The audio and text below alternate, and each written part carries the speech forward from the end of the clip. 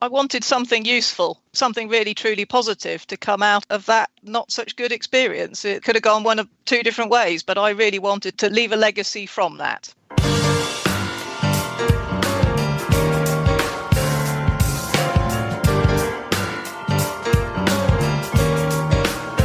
Welcome to Heart to Heart with Anna. I am Anna Jaworski and the host of your program. We are in season 14 and we're happy you are here with us today. I'd like to give a shout out to some recent Hearts Unite the Globe donors. Special thanks to Annie Olchuk, Laura Schleicher, Laura Redfern, and Frank Jaworski for their recent support. Did you know that you can give to HUG, the nonprofit that funds this podcast? If you go to our website, heartsunitetheglobe.org, there's a donate button on the bottom of every page. Please consider making a donation to help us with the cost of programming so we can continue to make this program and new programs for the CHD community in the future. I am so excited about today's show to feature a special author. Today's show is entitled Upbeat CHD Thriver, author and motivational speaker Beth Greenaway. Beth Greenaway is a congenital heart defect thriver. She has had 3 open heart surgeries and complications which have affected her life, but she has risen above every circumstance. We'll learn more about her roadblocks later in the show. Like many heart warriors, Beth is an independent and successful achiever. She runs her own fitness business, working mostly with those who have long-term health conditions, such as heart disease, cancer, and stroke. I first came to know Beth thanks to a Facebook group called Cardiac Athletes. So it's no surprise that Beth is a keen athlete and outdoor enthusiast who enjoys cycling, sailing, kayaking, and pretty much any activity which involves moving her body. We'll learn about how her recent health challenges have affected her in the second segment of the program. We'll also be learning about Beth's support group community, Upbeat Warrior, which is a group for those living with significant long-term health conditions, and her most recent plunge into the discipline of public speaking. Beth Greenaway was also a guest on Heart to Heart with Anna during our Cardiac Athlete series. So welcome back to Heart with Anna, Beth. Hello, Anna. It's an absolute delight to be here. It was 18 months ago I last had the opportunity to talk to you, and it's a real honour to get that chance again today and to chat with you and spread some good news to your audience. Well, there is a lot of good news. Let's start by having you tell us about what heart defect you were born with and what surgeries you've had. I was born in 1972. I'm always slightly taken aback when I say that because I think, gosh, was it that long ago? But yes, it was. I had a diagnosis fairly shortly after I was born of pulmonary stenosis and an atrial septal defect. I went on to have surgery, I suppose in some terms, relatively late. Many people have surgery as a young child, but I was 9.5, so that was in 1981. And I think they called it a pulmonary valvotomy, which always sounds very grand. They tinkered with my pulmonary valve and tried to make it slightly more blood tight, and the hole in my heart, the ASD, was closed. And I had very good health then for quite a considerable amount of time. It wasn't really until the early 2000s that things started to get a bit more interesting, and I had arrhythmia issues, and it sort of came to my attention that maybe all was not well. I'd almost discharged myself from follow-up once I'd had that surgery when I was younger, and I thought, well, that was it. I was cured and go off and be merry. So things came back to bite me a little in 2000. So I ended up in 2005, I had a pulmonary valve replacement. Again, very successful and bounced back fairly effectively. Again, then things were stable until 2016 and 2017. Unfortunately, I had a stroke in 2016, and then in 2017, I got the dreaded endocarditis that you read about, but you don't think it'll happen to you. Unfortunately, it did, and that involved another emergency surgery and another pulmonary valve replacement, many months in hospital. But I'm still here to laugh about it and tell the tale. Wow, that's quite a whirlwind, though. So it sounds like even though your parents found out when you were very young that you had a congenital heart defect, they weren't worried about immediate surgery, like with some children. So was your early childhood very active? Was it very normal? I mean, it's hard because I obviously can't remember particularly well my very early childhood, but my sort of thoughts are always that I would have classed myself as a bit of a sickly child. I seem to recollect catching every bug and every germ and anything else that was going around. I had it, and I seemed to get a lot of chest infections and certainly had some time off school. But actually, what I've always admired my parents for really deeply was the fact that although they must have known they had a child who had what was going to be a long-term health condition, they didn't wrap me in cotton wool. They were always incredibly encouraging and incredibly nurturing, and they didn't, I don't think, treat me any different than they would an otherwise healthy child. Now, I don't have any siblings, so maybe I was the only person they had to focus on, so they had no comparison. But I felt incredibly blessed throughout my life that they didn't treat me as if I was different, and they encouraged me to do anything that I wanted to. I think the lovely thing about being a child with a health condition is that you sort of set your own limits. Mm-hmm. And they seem to have the confidence to allow me to do that, which I'm not a parent either, but I don't know how they did that, because you must constantly want to be thinking, oh, no, don't do that. That might not go well. But actually, everyone has to explore their own limits and find out what their boundaries are. And I was very lucky that they encouraged me to go walking with them and to do all sorts of activities. I know I was slower. And certainly as it approached my surgery, I can remember not being well and having a friend's father actually carry me on his shoulders. That shows how small I was at that point. Even as a 9.5-year-old, I was still sort of baby-sized. And he stuck me on his shoulders to go for a walk, because obviously I couldn't walk very far. But just because of the way my parents treated me, my perceptions, I didn't particularly view myself as someone who was horribly unwell. And I'm actually grateful for that. Sure. Yeah, I think that probably has a lot to do with how you consider yourself a thriver now and how you're able to stay so upbeat, despite the fact that you've had multiple surgeries. What I've heard people say, and it's interesting because Mother's Day just passed recently, and I got something in the mail that said something about, nobody said it was going to be easy to be a mother, but the good mothers are the ones who rise above the struggles. And I think that's true for any person, whether you're a mother or a thriver like you are. Absolutely. And you are a thriver because you even had a stroke at one point in your life. Now, you were an adult when you had the stroke. Tell us about the consequences of having the stroke. That must have been so scary. It's interesting. That was early 2016. So if I look at I call it a journey. If I look at my medical journey, it's actually the only part of it which, if you could, per se, if you could rewind and do things differently, it's the only part of my story that I'd actually like to delete and move on without it. But of course, life doesn't go that way.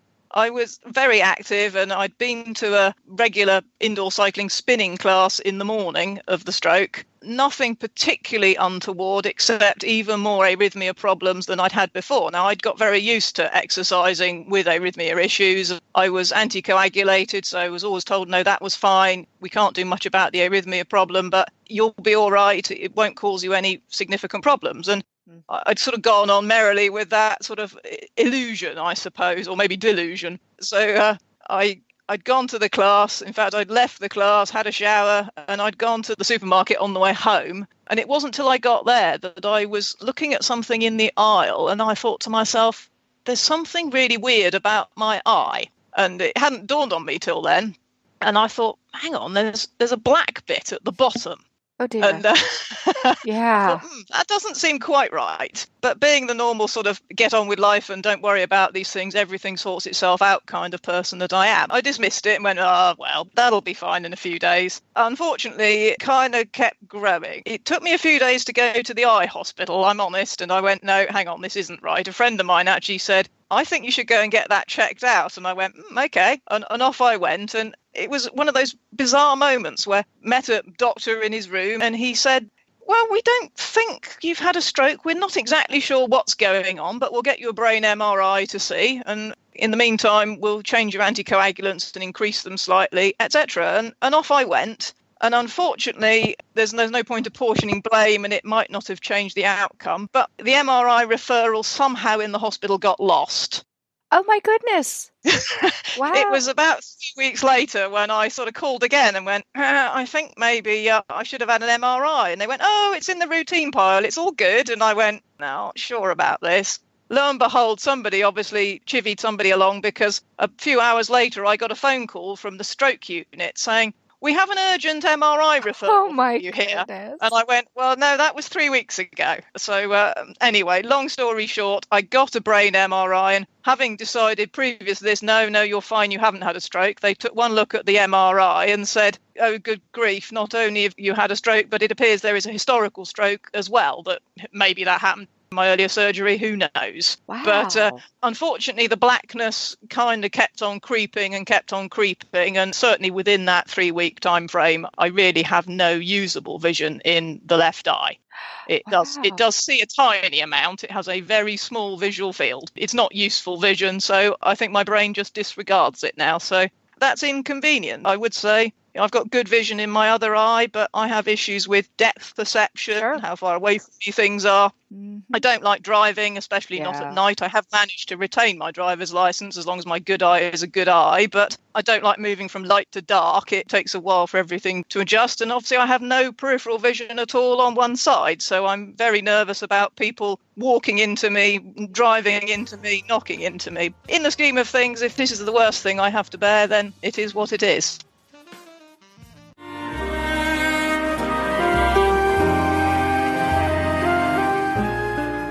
Tonight Forever by the Baby Blue Sound Collective. I think what I love so much about this CD is that some of the songs were inspired by the patients. Many listeners will understand many of the different songs and what they've been inspired by. Our new album will be available on iTunes, Amazon.com, Spotify. I love the fact that the proceeds from this CD are actually going to help those with congenital heart defects. Enjoy the music.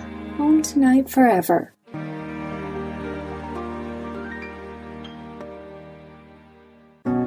Texas Heart Institute were offering us a mechanical heart, and he said, "No, Dad, I've had enough. Give it to someone who's worthy." My father promised me a golden dress to twirl in. He held my hand and asked me where I wanted to go. Whatever strife or conflict that we experienced in our long career together was always healed by humor. Heart to Heart with Michael. Please join us every Thursday at noon Eastern as we talk with people from around the world who have experienced those most difficult moments. You are listening to Heart with Anna.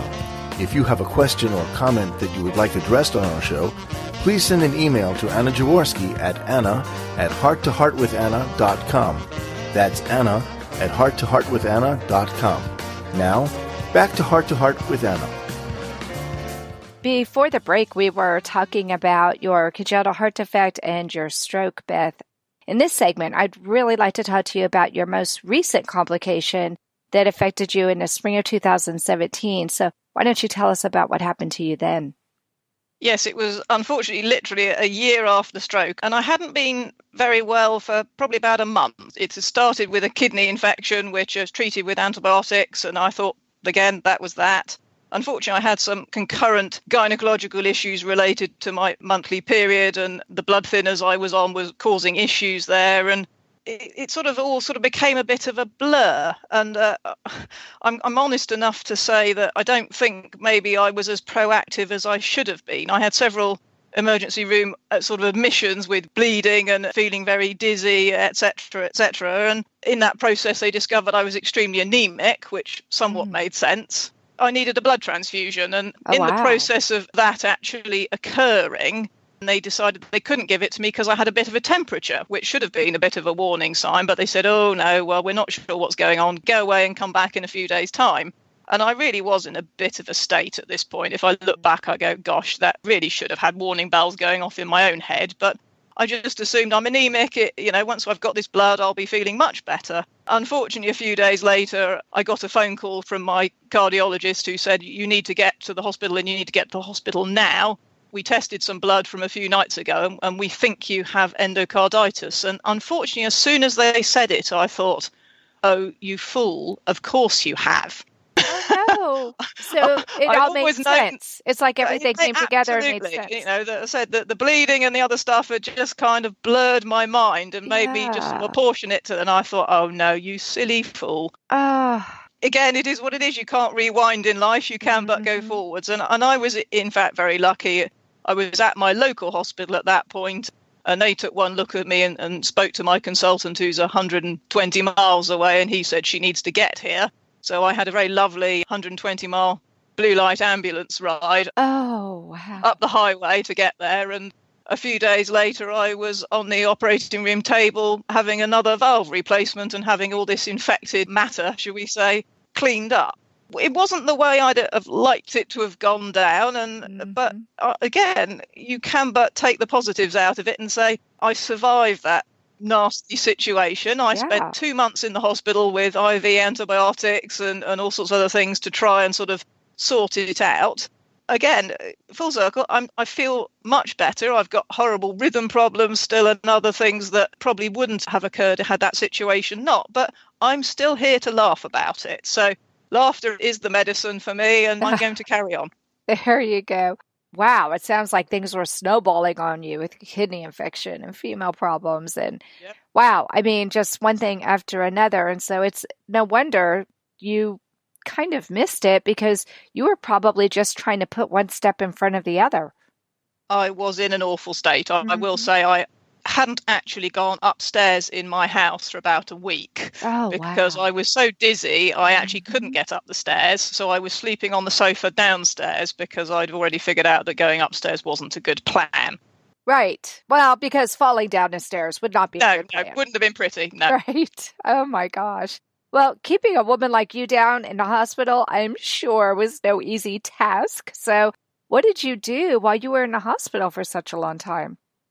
I really very early on, sort of aside from getting over the surgery, and to be honest, that only took a few weeks. And obviously I was getting all these antibiotics. I started to actually feel quite a lot better, I suppose, in comparison to where I had been. It's no surprise that actually anything was an improvement. And I quickly figured out that since I knew I was going to be stuck there for quite some time, the answer was to build a routine.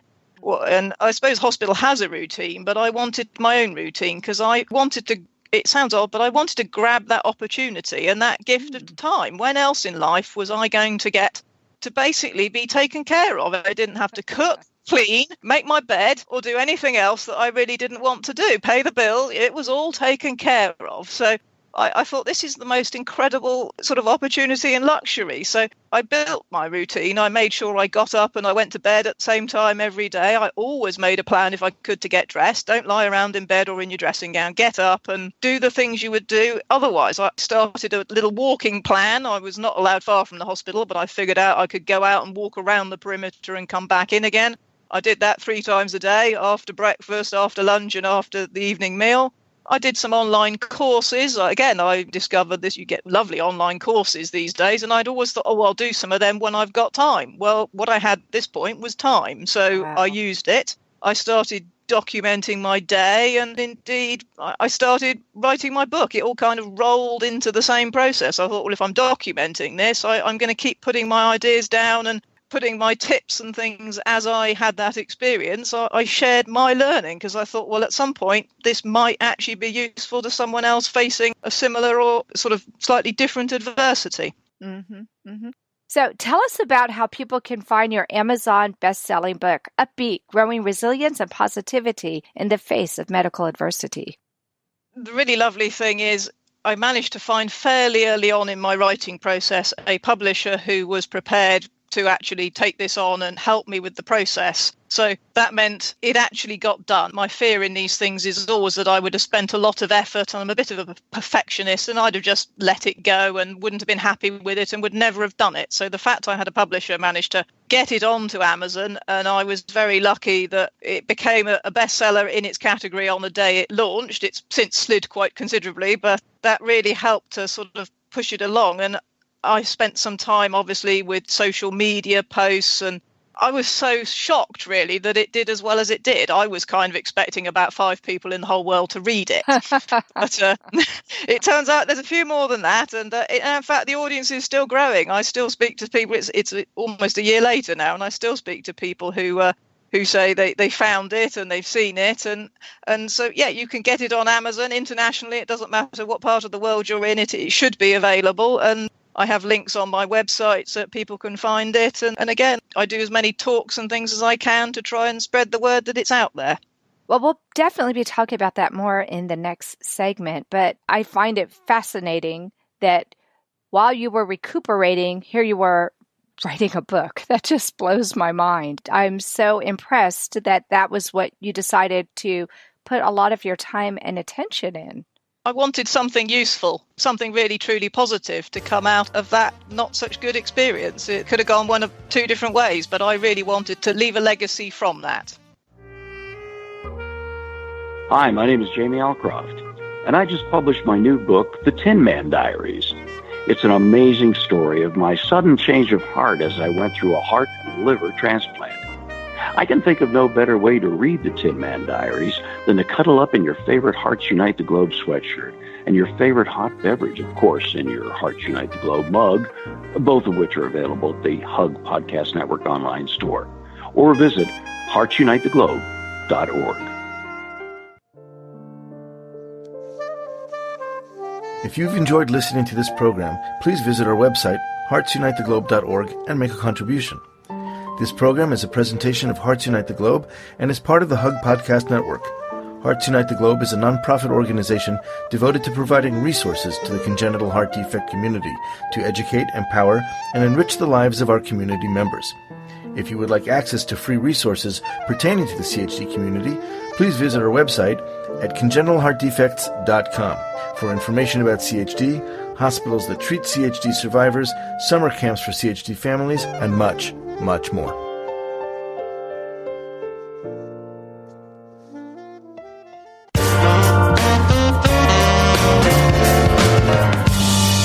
Beth, as an author myself, I know that writing a book is no easy task, but the writing part is the easiest part. It's the marketing part that is so hard. Tell me what you're doing now to keep people talking about your book. Yes, I'm not what you might call photogenic or videogenic, I don't know. Again, I did get myself out there. People had assured me that the way to sort of market a book, you're right, the writing part was simple. I literally managed to write that book in about 6 weeks. The editing process took another few months, but then it was down to me, really. The publisher had done some sort of help to sort of give me some ideas, but you sort of get launched with a book and left to sort of push it along on your own. Yeah, social media was a key for me because it enabled me to reach a much wider audience. But with social media, you can't just do one post. You've got to post frequently and you've got to sort of really be open and honest and consistent. I found that a struggle, and I suppose I'm still trying to sort of work on that process because it's no good to build an audience and then go quiet because the audience then all disappears. So you have to keep posting. So I have a Facebook page, my page, which is Beth J Greenaway. It has a J in the middle because that's very important because otherwise it goes to somebody else. So Beth J Greenaway. And again, I'm still trying to post videos and they're awful and I've just accepted that they're awful. But like so many things in life, the more you do something, the slightly better you get. It's never going to be my forte. Again, I keep trying to sort of chivvy myself along and remind myself that the goal of this is to impact as many people as I can. So in doing that, I've got to be prepared to put myself out there. It's not going to do it on its own. So again, and it's talking to people and making connections. And that's what I've sort of become determined to do.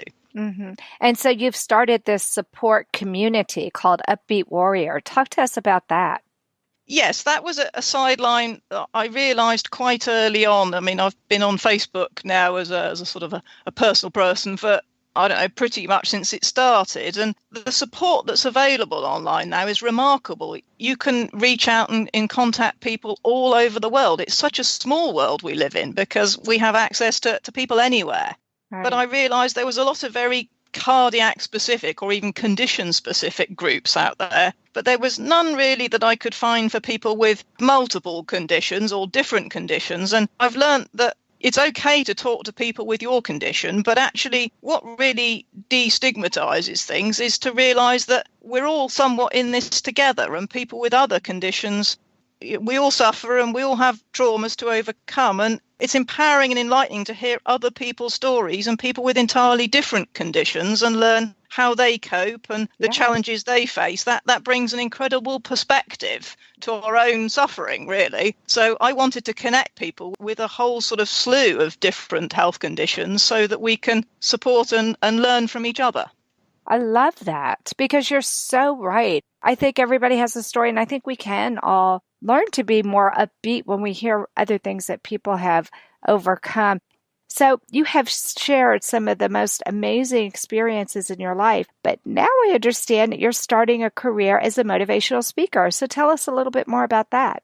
Yeah, the term career actually sounds rather grand there, but yes, I'll take it. Again, that desire to spread my message of hope and positivity when facing adversity in general, it seemed like I had a message that it was important to share. I don't know what my legacy in life is going to be. As I've said, I don't unfortunately have children, so there won't be that. So I want my life to count for something. And that sounds rather more posh than it should, but I want to leave something behind when I'm gone. And I realise that the way for me to do that, because of my experience, is to share that with as wide an audience as I can and to reach as many people as possible. So I thought what people do at that point is they try and become a bit of a motivational speaker. And I've been speaking to smaller audiences over the last few years anyway as part of my work, and I've decided to sort of hone that a little more, and I've signed up. In fact, I think it may have been your advice. I'm just about to join Toastmasters so that I can work on my technique, because that is definitely needs some work. And I've got a number of opportunities to speak lined up later this year at a couple of conferences and indeed one of my own events. It's something that I feel very passionate about. I need to use my experiences to help other people. My experiences are just mine if I don't tell people. Yes, I'm so happy you're a Toastmaster. I've been a member of Toastmasters for over 18 years now. And my Toastmasters helped me so much. I mean, if it wasn't for my Toastmaster friends, I don't think I would have had the confidence to do this podcast. No, I've realised in life one of the most amazing gifts I've had is the ability to work with people and indeed organisations that have filled in the gaps. I realise sometimes where I'm deficient, and the way to deal with that is to work with other people or other organisations that can sort of nurture and accelerate the learning. I can figure all these things out on my own. It just takes too long. I don't have that long. I want to accelerate that process and learn from the best. Well, and then the other thing, too, is, once again, you're part of a community. You're part of a community of people who believe in self-improvement, and they want to help foster that in you as well. And I find that when I surround myself with other like-minded people, it is so uplifting for me. And I love to help other people. So I stay in Toastmasters now as much to help myself. Yes, that's important, but I stay in it even more so because I love watching new people who join, and I can help mentor them to be the people that I see they're going to be, which is really, really amazing. Yeah. You sound like you have that in you too. You're going to join, and before you know it, you're going to be helping a lot of other people. But in helping those people, you help yourself. That's one of the most amazing things in life I've learned in my whole career, is that actually the more I help others, the more that comes back in spades. It's something that it's a good thing to figure out early in life, because then the whole path is a lot smoother. Oh, yeah, absolutely. I want people to find your book. Now, is your book an ebook or is it a printed book, Beth? It will come either way. There is indeed a softback version that you can buy from Amazon, or you can actually get a downloadable Kindle. So however you wish to digest the content, it is available. Okay, and that's Upbeat, Growing Resilience and Positivity in the Face of Medical Adversity. Find it on Amazon. And as I'm sure a lot of you noticed with her lovely jargon and her lovely accent, she is not from the USA. She's speaking to me from the United Kingdom. You can still buy her book. I imagine if you're in the United States, you can still get that from Amazon as well. You can. Yeah, it comes on Amazon.com. You can buy it. In fact, somebody contacted me a couple of days ago and said they had just bought a copy. So I can verify the fact it is available. That is awesome. Thank you so much for coming on the program today, Beth, and for sharing so much with us about your book and your support group and public speaking. I have a feeling you and I are going to meet each other at a conference someday, and maybe we'll be on the same panel discussion. Wouldn't that be awesome? I think that would be absolutely incredible. It would be a complete thrill to me to actually get the opportunity to meet you in person. Breathing your rarefied air would be just something I would be thrilled by. Oh, you're so funny. I just love you, Beth. Well, friends, that does conclude this episode of Heart to Heart with Anna. Thanks for listening today. Find us on our website, heartsunitetheglobe.org. And remember, my friends, you are not alone. Thank you again for joining us this week. We hope you have been inspired and empowered to become an advocate for the congenital heart defect community. Heart to Heart with Anna, with your host Anna Jaworski, can be heard every Tuesday at 12 noon Eastern Time.